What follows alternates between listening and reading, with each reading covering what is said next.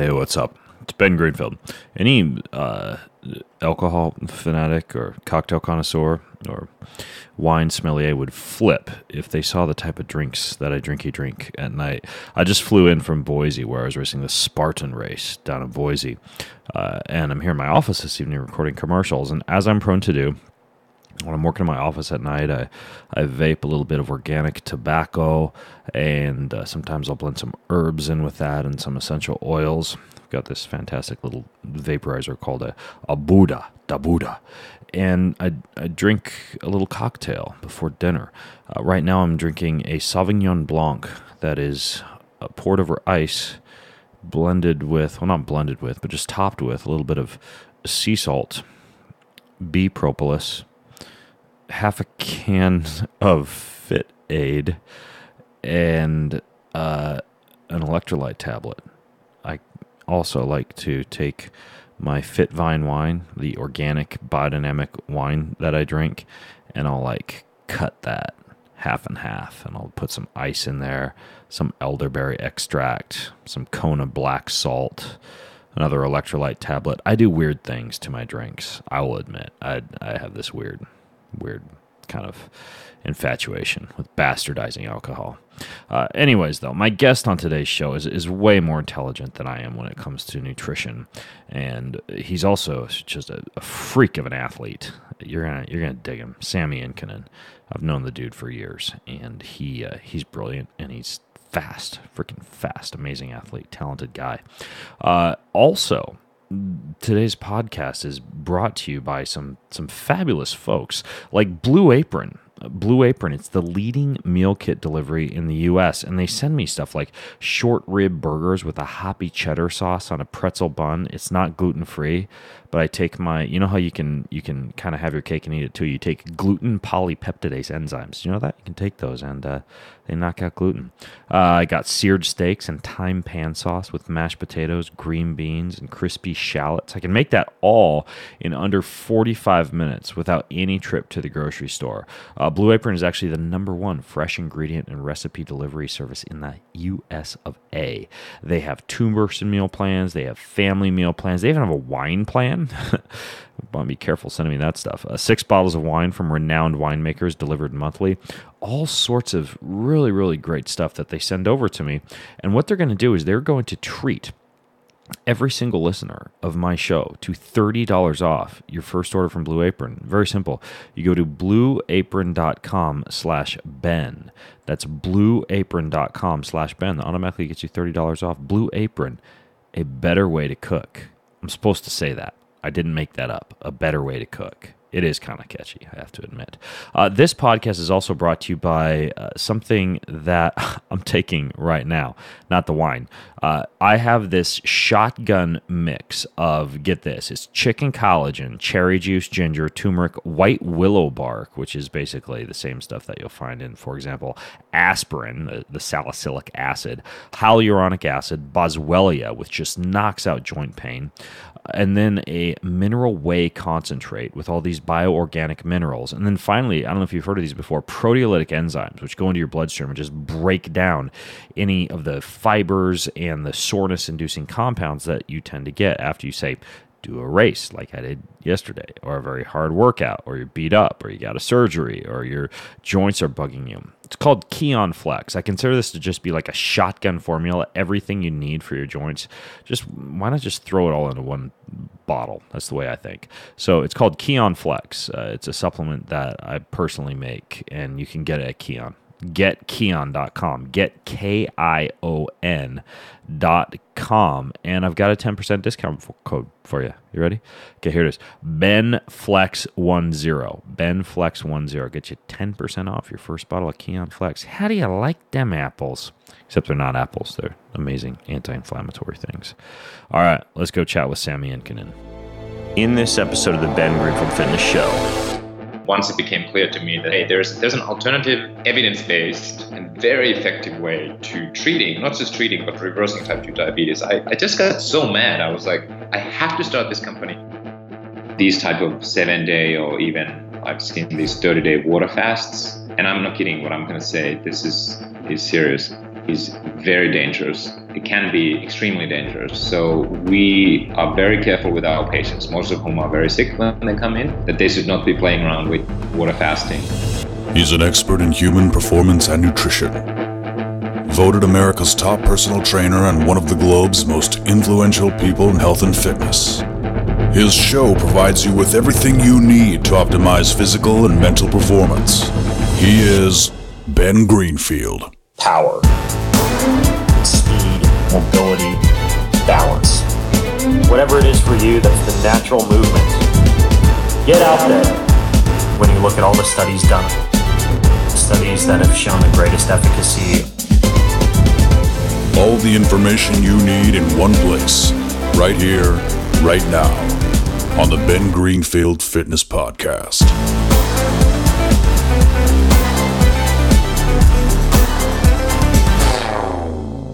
Hey folks, it's Ben Greenfield, and I've got a pretty crazy cat on the show today. I actually ran into this guy for the first time back in my triathlon days, back in my Ironman days. He used to kick my butt.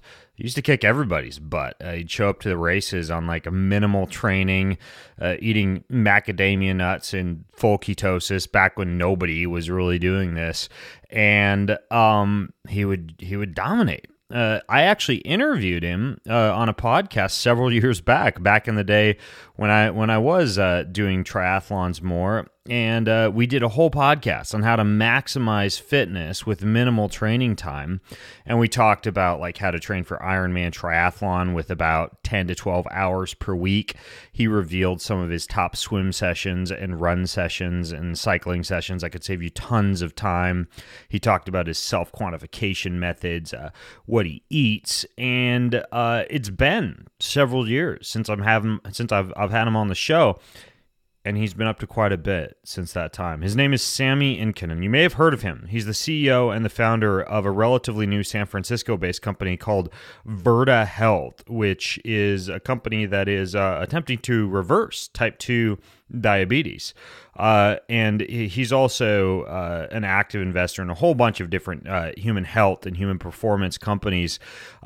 He also was a co-founder and the COO and the president of Trulia, which he eventually sold for about $3.6 billion. So the dude knows how to make money as well. He's a good businessman. He also rode across the Pacific Ocean. The entire Pacific Ocean, from California all the way to Hawaii, unsupported with his wife. I believe also doing like the whole like low carb, no carb thing. So he's got a great website that I'll link to in the show notes, along with everything else that we talk about.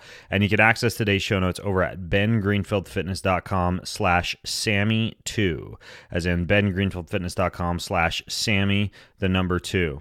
So, Sammy, welcome back, dude. Hey, Ben, and thanks for inviting me back. Obviously, I didn't embarrass you too much last time. Yeah, well, you actually you interested a lot of people with your crazy training methods. And actually, I know we'll kind of delve into your current minimalist fitness routine later on in today's show. But I got to ask you first, man, like, what was up with that crazy rowing adventure that you did from California to Hawaii? I wanted to test if my marriage was built to last. I was going to say. And I'm happy to report we are still married, and after the row, we've also managed to produce 2 little girls, 2 little children. So it was built to last. So sitting down and rowing for copious periods of time does not actually affect sperm quality, then, is what you're saying? Well, correlation doesn't prove causality, but we got pretty lucky, and here we are. So, but yeah, joking aside, it was definitely part adventure. But what I also wanted to prove and show to the world, so this was 2014, and we started planning very late 2013, that you really don't need to be sipping sugar or sugary drinks or sports products to do 30 minutes or 1 hour jog or workout. And I kind of got angry how much of this crap is being marketed to kids and juniors who start doing some sports, it's like if you walk out of your door, you better be drinking, I'm not going to say a brand, but some sort of a sports drink. And you can totally say brands. We talk about Gatorade, we talk about Power Bar, we talk about Cliff Bar. I'm sure they all love us, and we've actually talked about this a lot on the show before. That it is a myth that you need completely topped off glycogen stores to go out and frickin' run up a hill with your dog. Exactly, and from all the published science and surrounding anecdotal evidence, it was clear to me that sugar and related or sugar-filled products is sort of public enemy number one now that we've gotten rid of tobacco mostly. And so what we wanted to prove with the raw was you really don't need all that crap to exercise an hour or exercise for 18 hours a day, or in our case, exercise 18 hours a day and 45 days in a row. So that's what we wanted to show. We wanted to show that you can exercise basically as much as running 2 marathons a day. That's how much the total workload, or if you measure how many calories you burn a day, you would need. And we want to show you can do that with no sports products, no sports drinks, no sugar, and in fact, practically very few carbohydrates either. Yeah, that's actually what I was going to ask you, Sammy, is when you say no sugar, do you actually mean like no starch, or do you mean no fructose and maltodextrin and glucose and sports drinks and things like that? None of that. And so practically speaking, we were only eating real food, and there were 0 starches. And the only carbohydrates we got during the row were from dehydrated vegetables. We had some trail mix, which was mostly nuts. But most of the food was, it's dehydrated beef, olives, olive oil, macadamia nuts, lots of nuts.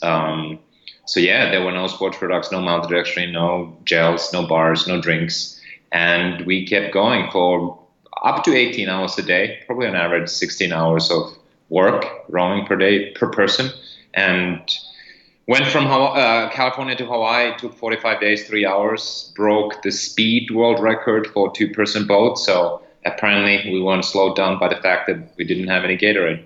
Wow, that's crazy. I mean, like, I could see, and I know some people will probably jump into the comment section and mention this, like, the body can take, for example, some of the odd chain fatty acids from like, what you'd find in animal meat and convert some of that into pyruvate, and that could potentially be used to form glucose, like via gluconeogenesis, or some of the backbones from fats, like the glycerols, could potentially be used for glucose to give you that little bit of carbohydrate that would allow for fat to burn in the flame of the tiny amounts of glucose that it does need. But regardless, that's a pretty hefty adventure to do on dehydrated vegetables and nuts and a little bit of animal meat. And in terms of your actual volume, like your training leading up to that, what were you doing to get ready to do the equivalent of a couple marathons a day? Well, first of all, I have no rowing background. My wife doesn't have rowing background. We don't even have sailing background, so it wasn't like we were ocean experts either. The preparation and the physical preparation was just about 6 months, a little long, I'd say 5 to 6 months. So we started in January and we pushed off in June. So about 6 months, and I did not train more than, I think, 10 hours a week. And what might be surprising is we did not row 3 hours a day, 6 days a week. So the training was primarily 2 things. I'd say three different types of things. One, weightlifting. So I did a fair amount of pull-ups, front squats, and deadlifts. So that was one. And the purpose of that was to strengthen all the shoulders and joints and muscles and things that you need in rowing and rowing motion. And by the way, ocean rowing is pretty different from flat water rowing in expected waves and things. And it's not smooth sailing. It's kind of like a boxing match all the time. So that was one. So fair amount of weightlifting, maybe 2 or up to 3 sessions a week. And then 2, I did a fair amount of high intensity rowing on an erg, so Concept 2, which I bought, not very expensive, from Amazon. 2 to 3 sessions a week.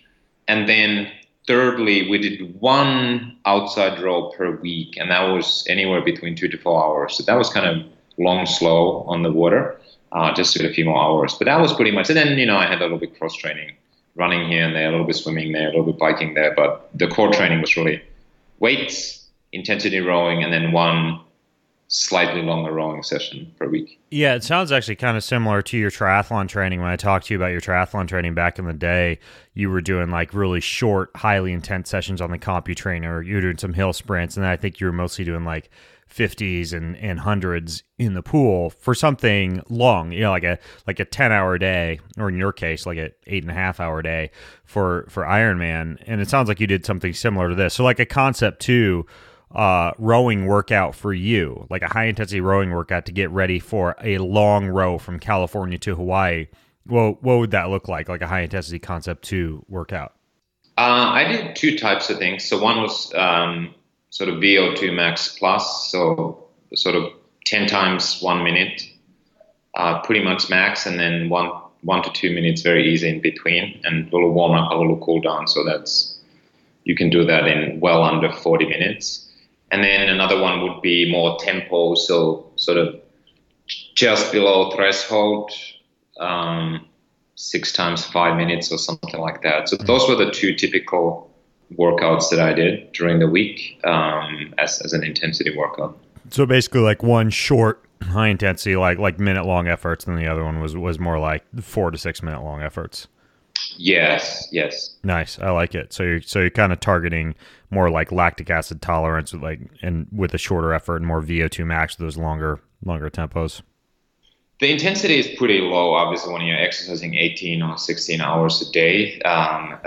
The most important thing is that your body is strong, that you don't have injuries and overuse injuries. And we went in fresh because we didn't grind 3-4 hours a day for 7 hours a week. And then we did a fair amount of lifting. And I think that lifting is quite important, that your joints, your muscles, your soft tissues are very strong. So when something unexpected happens, you don't lose your arm or your shoulder in the first wave. So yeah, absolutely. And people always ask how it's possible. And I even talk about this in my book, how there's 2 different pathways to achieving mitochondrial density. There's the AMPK pathway and the PGC1 alpha pathway.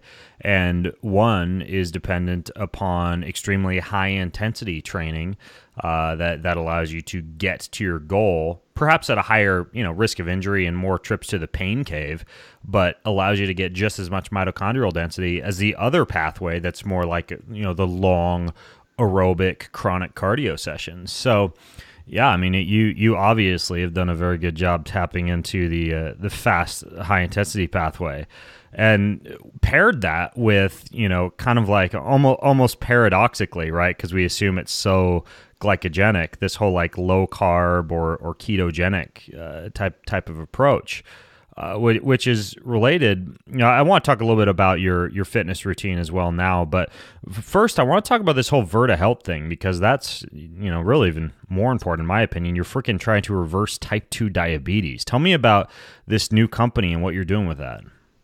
Yeah, so our mission is to reverse diabetes in 100 million people by 2025. And yeah, it may sound ambitious, and perhaps it is.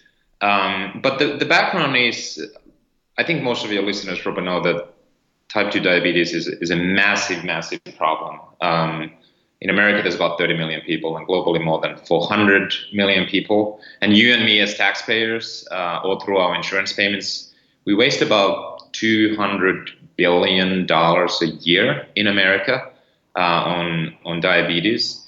And so when I realized that the underlying cause for type 2 diabetes is insulin resistance, and that insulin resistance could systematically be reversed without surgery, without new drugs, without even exercise, and without even necessarily losing a lot of weight, I thought, this is kind of nuts. It's nuts that if you have advanced type 2 diabetes, today your options are insulin therapy or some other hypoglycemic drug or bariatric surgery. And I thought, this is just nuts. Why don't we create a protocol and treatment that's medically supervised and can be delivered anywhere through our own online clinic now, that there has to be an alternative to these patients who are just being managed with these expensive medications with no light at the end of the tunnel if you can systematically reverse this disease. So that's what we started 2014. So we're basically a treatment to reverse type 2 diabetes. We run a clinical trial. We've shown that it works. The results last past 2 years, so it's not some sort of a crash course, 1 month or 3 months. And the patients are very happy. So that's what we're trying to do. And if all goes well, hopefully diabetes is a thing of the past in the next 15 years. Now, I've seen some interesting studies, Sammy, on like pancreatic cell regeneration in mice who undergo, like, for example, fasting or calorie restriction. Is that what you're doing with Virta, or are you using like some kind of a fancy multimodal approach to diabetes? Like, what are you guys actually doing with the patients that you're working with? There's basically two key parts into our treatment protocol. One is medication management, and in most cases that means pulling people safely and sustainably off of medications. And so that's one of the reasons we are a licensed provider in all 50 states, because only physicians and licensed doctors who are our full-time employees can obviously do that and know how to do that safely. So that's one part of it. And then the second part of it is really the nutrition protocol. We don't perform surgery or develop new pharmaceuticals. And the nutrition protocol is highly individualized, but basically at the core of it is using individualized nutritional ketosis to reverse insulin resistance in a long-term sustainable way. So those are the two key components, and you need both those two. How do you manage medications, and how do you individualize something that can be very complex, nutritional ketosis, into basically any lifestyle and any kind of a metabolic health situation? And then we deliver that 100% remotely, which again, as I mentioned, is a licensed provider in all 50 states. Obviously, it's possible today because everyone has a smartphone, everyone has a computer. We send a bunch of sensors to people so we can collect all the data that we need. But that's basically how it works. So if you are a patient, you should feel, and practically your experience is such that you have a doctor and a clinical team member that we call a coach, basically following you 24/7. When you need help, when something needs to change, we intervene and give you the right guidance. But that's the basic approach. What do you mean when you say medication management? You know, we've had patients who come in with more than 100 units of insulin. And insulin is a super potent hypoglycemic drug, so it gets your blood sugar down, which is part of the diabetes management. Once we start getting your blood sugar down naturally, it is extremely dangerous if you still take insulin on top of that. In fact, you take insulin, you have a hypoglycemia, and it's either coma or death in minutes, not hours. So you need to have a physician who knows how to safely titrate you off of insulin on an hourly or daily basis, or depending on how quickly we have to do. So somebody has to do that. Somebody who knows how to do it. Somebody who's legally allowed to do that, and somebody who can do that safely. So that's an example. So in this case, if we have a patient who comes in with 100 units of insulin, somebody needs to say, okay, tomorrow morning, you take 30 units off, and then maybe 50 units off, or whatever that might be. And of course, that's individualized. But that's what it means. And then, of course, you know, most people with type 2 diabetes or who've had type 2 diabetes for a long time, they come with a bundle of chronic conditions. So most of our patients come in with a dozen or so medications.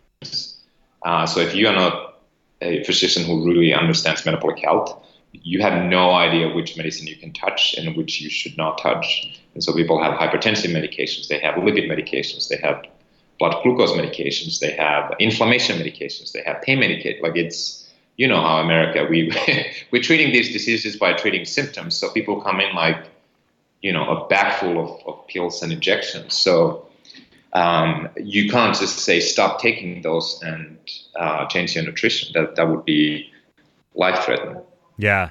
It's actually very interesting that you're using this ketogenic approach in a medical model like this, because, you know, I've seen evidence on leptin sensitivity and insulin sensitivity both improving on patients who are consuming a high-fat diet.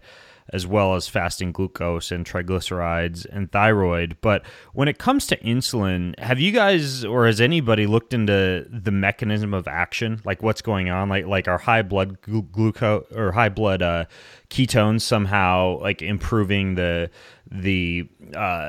expression of the insulin receptor on the cell surface? Are they just basically lowering blood glucose and that's resulting in better insulin sensitivity? Or do you guys know what's going on? We have a pretty good what's very clear is that insulin resistance is the primary underlying cause of type 2 diabetes. The mechanism of what causes insulin resistance is somewhat understood, but not fully understood. And the same applies to the mechanism that reverses insulin resistance. It's somewhat understood, but not fully understood. And we'll be publishing some papers and some editorials around this topic. And it's weird to think about that we are dealing with a $200 billion plus problem. We as a collective with society and the science, we do not explicitly understand the mechanism that what causes insulin resistance. In fact, most of the world thinks it's just obesity, or obesity is the primary contributor, but that certainly isn't it. What we have shown now, and we'll be publishing some of these results soon, is when we reverse insulin resistance, we can see that the insulin resistance itself gets reversed, not just lowered glucose levels. So we measure, one of the things we measure is HOMA-IR, which can be calculated from fasting glucose and fasting insulin. And that substantially improves in our patients. But the mechanism behind that, we'll be publishing more information about that probably in the next 6 to 12 months. Very cool. And you guys are seeing good results with your patients. This isn't just stuff that you're doing based on research. You've actually seen reversal of type 2 diabetes. Yeah, absolutely. So what we've done is, one, we've run a formal clinical trial of our own where we have almost 400 patients in the middle of America. We've published first set of peer-reviewed results already, where we've shown that in majority of our patients, we've reversed type 2 diabetes and got them patients off the medications. And these patients are, average age near 60, average BMI near 40. So these aren't, fit Ben Greenfields from Northwest. This is the real deal. Like, you take a patient who is kind of at the tail end of their diabetes suffering, and we can pull or turn the clock back and reverse their disease. So we've already published a bunch of results, and there's half a dozen papers coming out this year, and the clinical trial itself is past 2 years. So we have the data and the practical experience to do this very sustainably, because that's the most important thing. And then similarly, we now treated patients in commercial setting throughout the country and replicated the same results. So it really works. And my goal is to make sure that every person living with type 2 diabetes, it should be as easy to prescribe the Verta treatment as it is to prescribe insulin or bariatric surgery, and it should be covered by insurance. That's so cool. Like I've done genetic testing with 23andMe and exported my results to a wide variety of different websites that will analyze your genetic results, and Promethease was one of those, for example. And I actually possess a lot of the SNPs that place me at a higher than normal risk for type 2 diabetes, which influences my own decision in great part to continue to adhere to a lower carbohydrate, kind of like a ketogenic approach or a semi-ketogenic approach.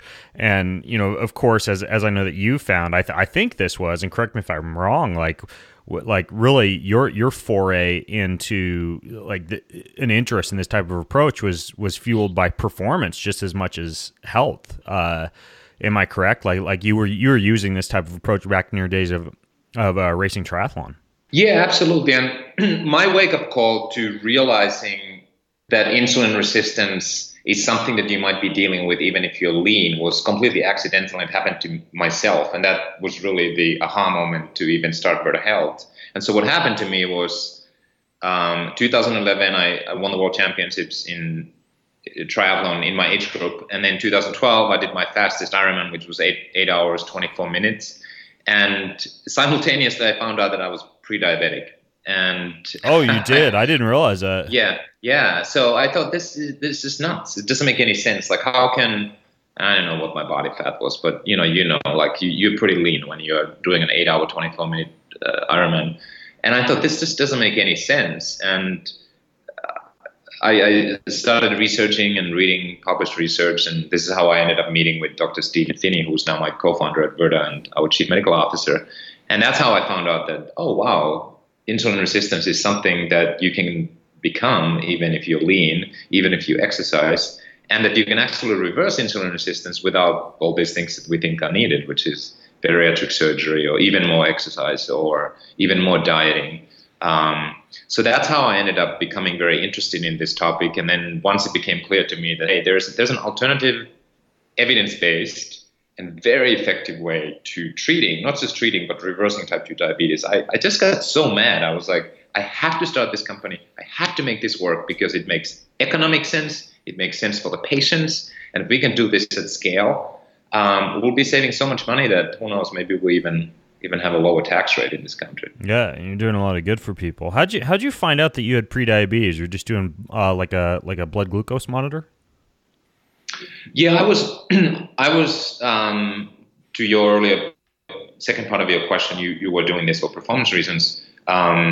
I was tracking my fasting blood glucose practically on a daily basis, and initially I was like, well, if it's 115, 110 consistently, doesn't really mean anything, but that's pretty high. I realized that I'm totally pre-diabetic and insulin resistant. And I was doing that as I was testing how my blood glucose reacts to different sports foods while I'm exercising.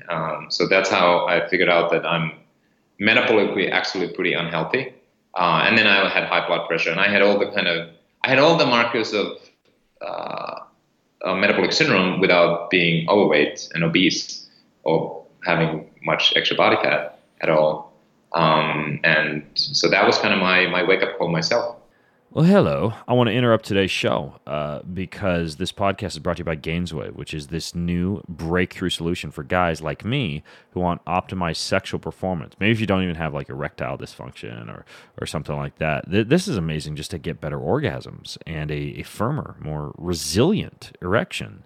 I guess by resilient erection, what I mean is that it just keeps on bouncing back for more, baby. They have sound waves that they produce with this Gainswave treatment, and it encourages the growth of new blood vessels that give you this big increase in oxygen and nutrients to your penis. Ladies, it works on you too. They do this for ladies too, for better orgasms and more blood flow. So that just optimizes sex. It brings you from good to great. Oh, maybe not so good to way better. So anyways, the female version is called FemiWave.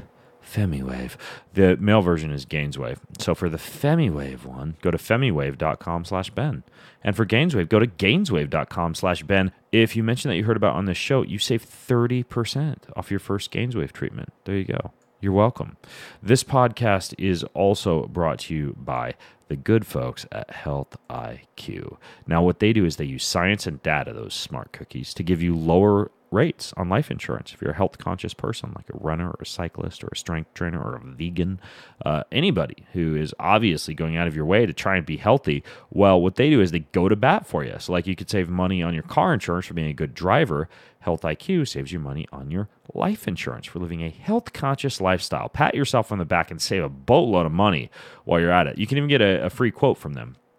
It's very, very simple. You go to healthiq.com/Ben. That's healthiq.com/Ben. These savings are exclusive to Health IQ. Nobody else does this. So healthiq.com/Ben. All right, back to Sammy. You still do a lot of self-quantification. Like your website is sammyinkinen.com. Like a lot of times you've posted, different experiments that you've done, things you've tested on yourself. Have you been up to anything recently when it comes to self-quantification? Any devices that you're playing around with, or any experiments that you've done on your body that you've gotten interesting data from that you think would be of interest to the listeners?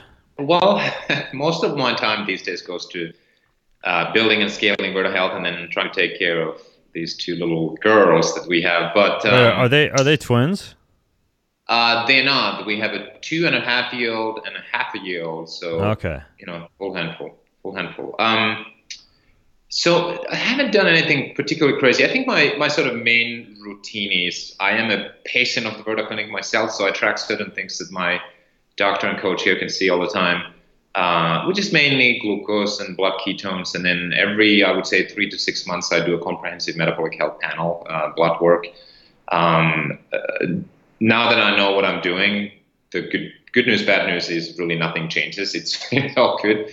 And so it's probably nothing too super exciting there. I would say more recently what I've tested out of curiosity is exogenous ketones, which we can talk about if you want. And then probably the most valuable measurement tool that I use, and it really isn't a measurement tool, is I try to pay a lot of attention to my energy level and my mood when I wake up and then during the day. And I find that is a way more powerful leading indicator than any kind of, hormone levels. So comprehensive metabolic health panel from blood.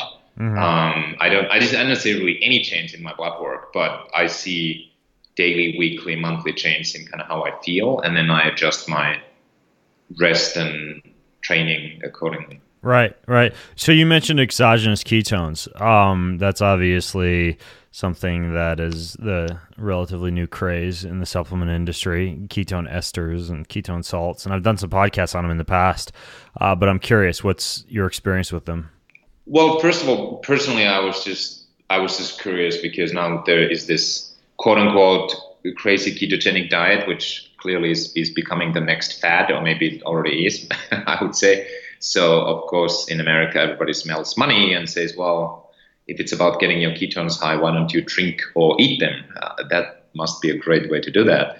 So I've just experimented myself, just out of curiosity.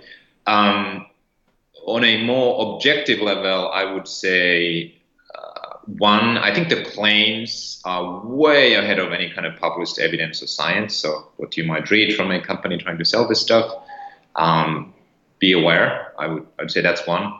And then two is from a more practical perspective, our liver can crank up well more than 100 grams of ketone bodies per day for free when you just eat the right stuff. And so if you look at it from that perspective, you might need to pay, depending on what kind of supplements you might be using, several $1,000s per month to get the same amount of ketone production that your body can literally do for you for free. Right.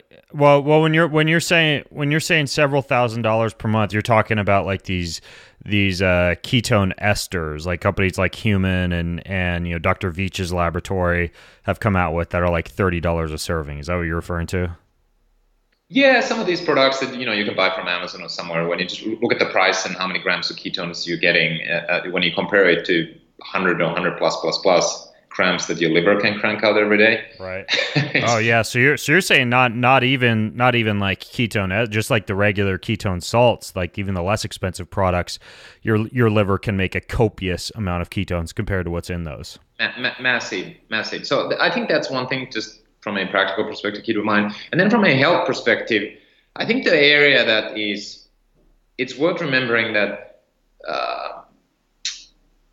we need to remember that if the body is in ketosis, yes, you can measure blood ketones or urine acetones or breath acetones, and that's just one thing to measure. But the fact that your body is in ketones, is in ketosis, doesn't necessarily mean that that's the only thing that's happening that's giving you the health benefits.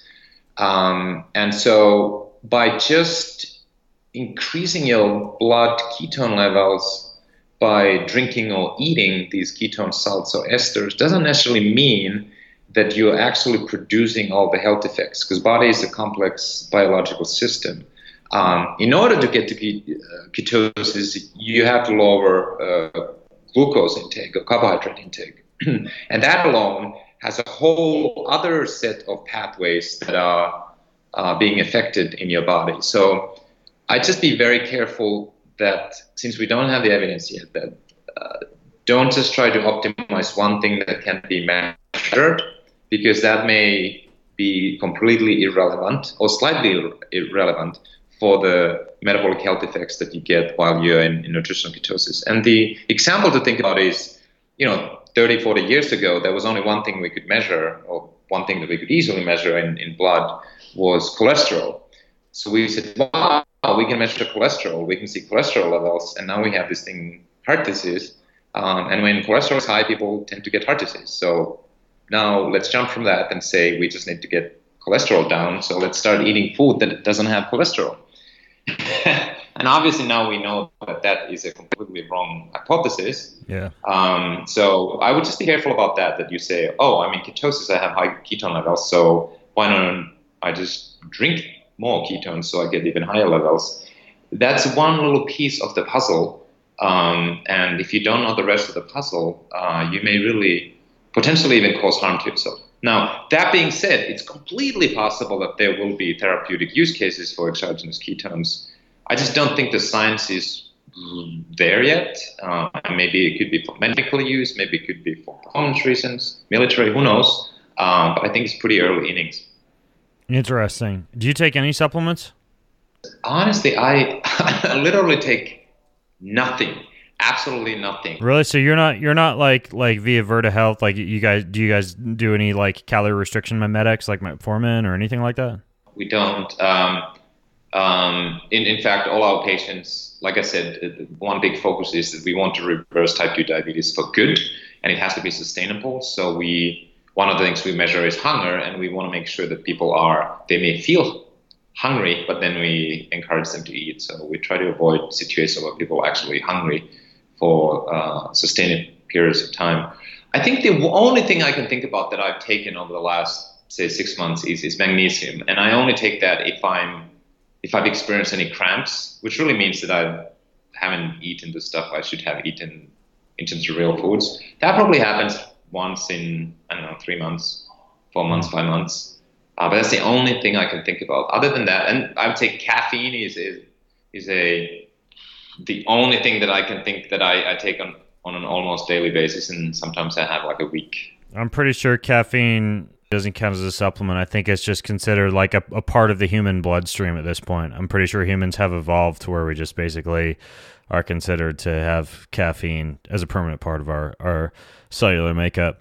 What about what about your diet? Like, I'm just curious, for a guy like you who's combining staying in good shape, doing a lot of these events, rowing to freaking Hawaii. Does your diet still look kind of similar to what you were doing when you rode to Hawaii, like lots of seeds and nuts and plants? Or I guess actually, Sammy, what would be really interesting for folks is if you could walk us through, if there is a typical day for you, like a typical day of eating for you. Yeah, Ben, this is the most dangerous question ever in the world. You go on record what exactly you eat. People think they eat a copy. You can always make stuff up. You can be like, yeah, I have like a heirloom kale blended up with some kind of fancy organic tomato for breakfast. I mean, yeah, but no, seriously, what do you eat?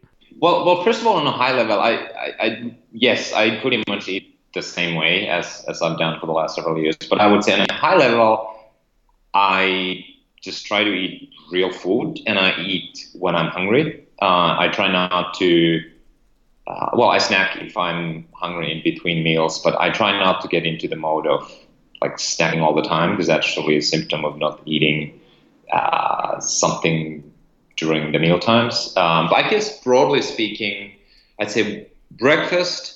I'm not a heavy breakfast eater, but since I do all my workouts in the morning, I try to make sure that I always get something soon after the workout. And typically that is eggs or something like that has some amount of protein. And then if I happen to have butter, I might put a little bit more that I'm not hungry immediately. So that's kind of breakfast. If I have a massive workout coming up, which is rarely, but I might do a long weekend ride, then I might have heavier breakfast of frittata or eggs and bacon or something like that. lunch is typically, it's pretty vegetable heavy. Maybe there's some protein. So that might be like a salad. Maybe there's a little bit salmon or something like that. But my lunch is usually pretty light. And then I'm probably a little bit hungry in the afternoon. So I might have a snack that could be almonds, macadamia nuts, some sort of a salami stick or something like that. And then dinner is definitely my largest meal, and I get great majority of my calories from the dinner, I would say. And so it's pretty salad heavy. I love spinach, might saute, mix it with, Parmesan cheese, some butter. And then my favorite protein is really, it's either fish or eggs. I'm not a huge fan of red meat, just for whatever personal taste reasons, but I like ground beef, so sometimes I mix that.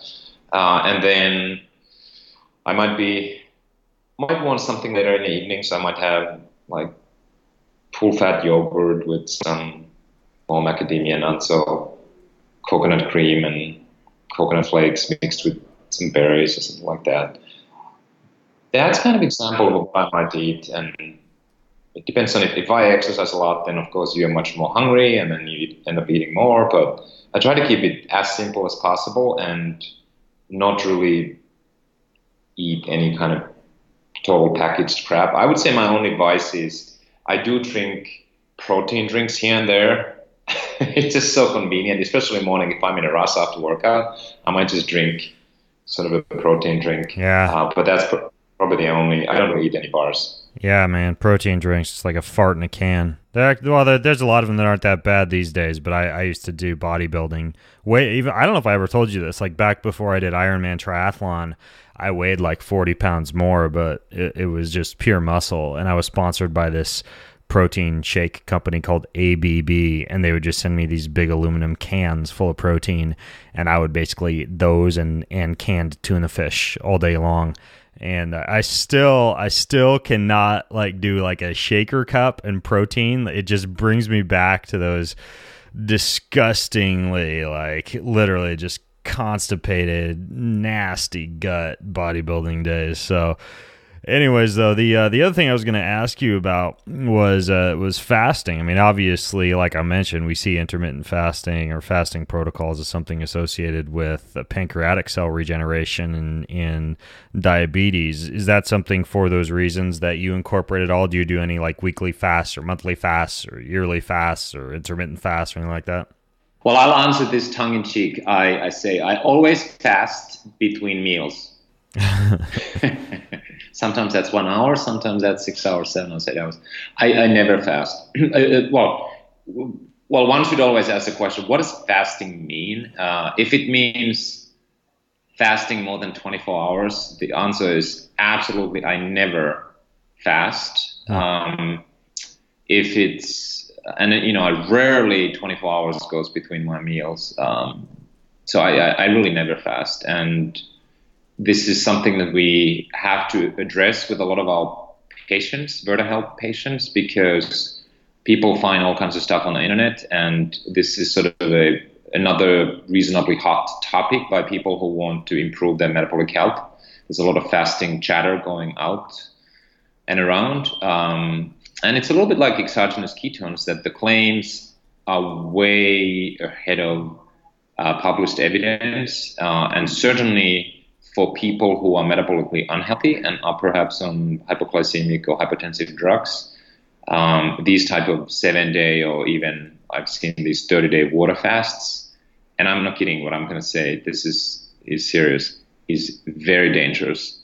It can be extremely dangerous. So we are very careful with our patients, most of whom are very sick when they come in, that they should not be playing around with water fasting. For a number of reasons. And my co-founder, Dr. Finney, wrote a pretty long piece where he referenced all the published evidence around fasting and sort of highlighted the dangers. Really? Is that available online? Yeah, it's online. We can make sure to put it into your show notes. Yeah, if you send it to me, I'll put it in the show notes. So Dr. Steve Finney is concerned about fasting. Yes. Interesting. Well, I personally have noticed a lot of positive benefits in terms of my hemoglobin A1C, my fasted glucose, my inflammatory markers, and also even my gut health by doing what I do now, which is a weekly 24-hour fast, meaning from. And honestly, that could be because it also forces me to have a really good day of rest and recovery. But from Saturday night at dinner until Sunday night at dinner, I fast. I don't eat anything aside from, like I'll do some bone broth and a little bit of coffee and tea. But I really feel fantastic. And also, I think there's a spiritual aspect to it that a lot of people neglect. Like because I'm not exercising, because I'm not comfortable exercising in a fasted state like that. I do a lot more like meditation and a lot more kind of like introspective thought. I'll go down to the sauna and I'll sit and do like candlestick meditation, or I'll go for kind of a quiet walk outside in the snow. And I kind of dig. I kind of dig having that weekly period of time where you like deny the body, right? Yeah, and one needs to always remember that if you're very healthy, you have a very good electrolyte balance. You are well fed and fueled, and you don't have major metabolic health issues. Not eating for 23 hours or whatever that might be from one meal to another is probably, or very, very likely, it's very, very healthy and safe for someone like you.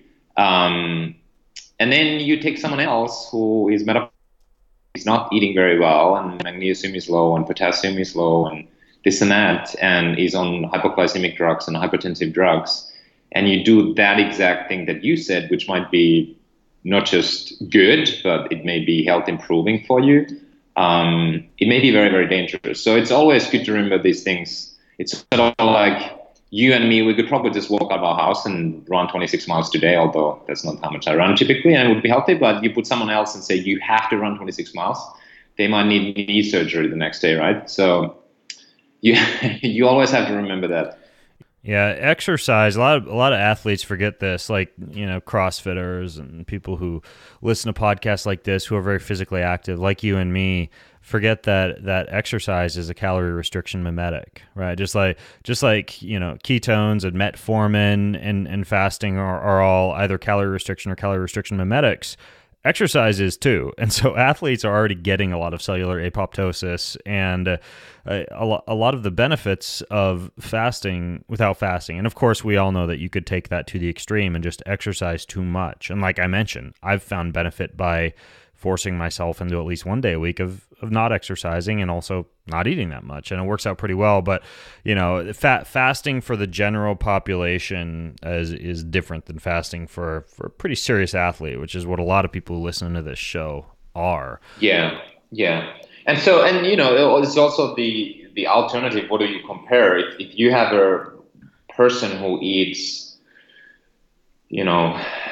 5 bowls of Captain Crunch a day, 5 times a day, and then we would say, let's take one day a week when you eat nothing for 24 hours. It's a pretty easy case to make that blood sugar would probably come down, A1C would probably come down, and there would be some, at least short-term metabolic health benefits. If you take that massive 5 times a day sugar load out of your body. The challenge is that something could go really badly wrong short-term, and then for most people, fasting is it leads more into a yo-yo issues from a eating perspective, from a metabolic health perspective. For very few people, it's a sort of a sustainable approach. But again, this could be another 2-hour podcast with someone. Perhaps my scientific co-founder, Steve Finney, would love to have an entire podcast about fasting. Yeah, send me what he wrote on it, and I'll put a link to it in the show notes. I'm sure some other people have interviewed him about it too. I actually think my friend Jimmy Moore may have talked to him about it. So I'll hunt down some resources for people listening in and put them over at bengreenfieldfitness.com/Sammy 2. That's bengreenfieldfitness.com/Sammy, the number 2. Sammy, I also, speaking of exercise as a calorie restriction mimetic, what does your fitness routine look like right now? Are you still doing the kind of minimalist fitness routine? Are you training for any competitions?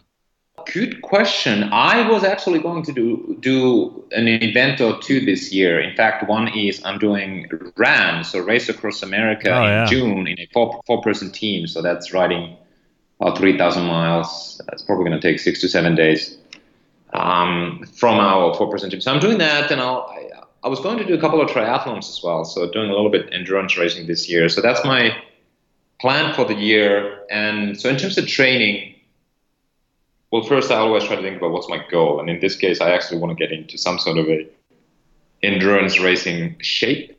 And so I think about two things mainly. So one, and the most important thing for me, is sort of the foundation of health.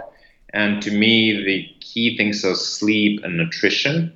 And a lot of people forget that when they're like, oh, I want to exercise instead, do a marathon, do a triathlon. It's all about the exercise piece. But you know, Ben, very well this, that if you don't have a foundation of health, you just don't get that super compensation. So you need that sleep and right nutrition. So that's a big part of my training, that I get that right. But then the second piece is the actual workouts. I really only have about 1 hour and 15 minutes each day between sort of 6 and 7:30 each day. That's funny. That's like about what I've identified also for me is I've got about typically only 60 to 80 minutes a day that I can train. Yeah, exactly. So that's kind of my time. And within that window, I do everything that I do. And it's pretty similar to our last conversation a couple of years ago, that I do a couple of days of high intensity, 1 day of sort of lifting, stretching / recovery. And then maybe there's 1 day a week, Saturday usually, which is sort of a long day. But the long day these days to me is 2 to maybe 3.5 hour bike ride. It's not a 6 hour bike ride. So that's really my approach. And like this morning, actually, I ran to pool, I swam less than 20 minutes, and then I ran back to my house and did a couple of run intervals while I was running. So that was all in 70 minutes.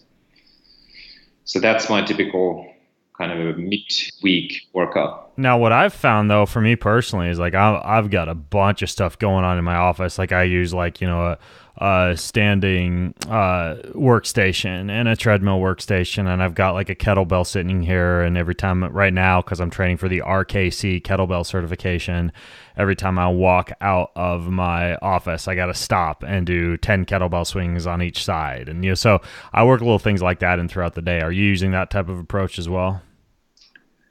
I don't, unfortunately. I do stand. I've become a standing desk advocate by accident, but that's pretty much the only thing. I don't. We used to do some push-ups before we started a meeting, just for fun, those who wanted to participate. But now that we've grown a little bit more, I've become conscious that I don't want to be the crazy CEO who makes everyone feel offended. So less so, but that's a good idea. Maybe I should get the kettlebell or at least a pull-up bar. Yeah, word. It works out pretty well for me. You talked about strength training and how it really kept you in shape for rowing. Like that, I do a great majority of my strength training, not as like a traditional strength training routine, but a lot of it's just like at little points throughout the day, I'll lift. So it works out pretty well. So Sammy, Verta Health is the name of the organization that you have founded. Dr. Stephen Finney is on your board. We'll link to some of his thoughts on the dangers of fasting, maybe get him on the podcast at some point. I'll also link to our previous podcast about how to maximize triathlon success with minimal training time, your website, which always has an interesting post here and there.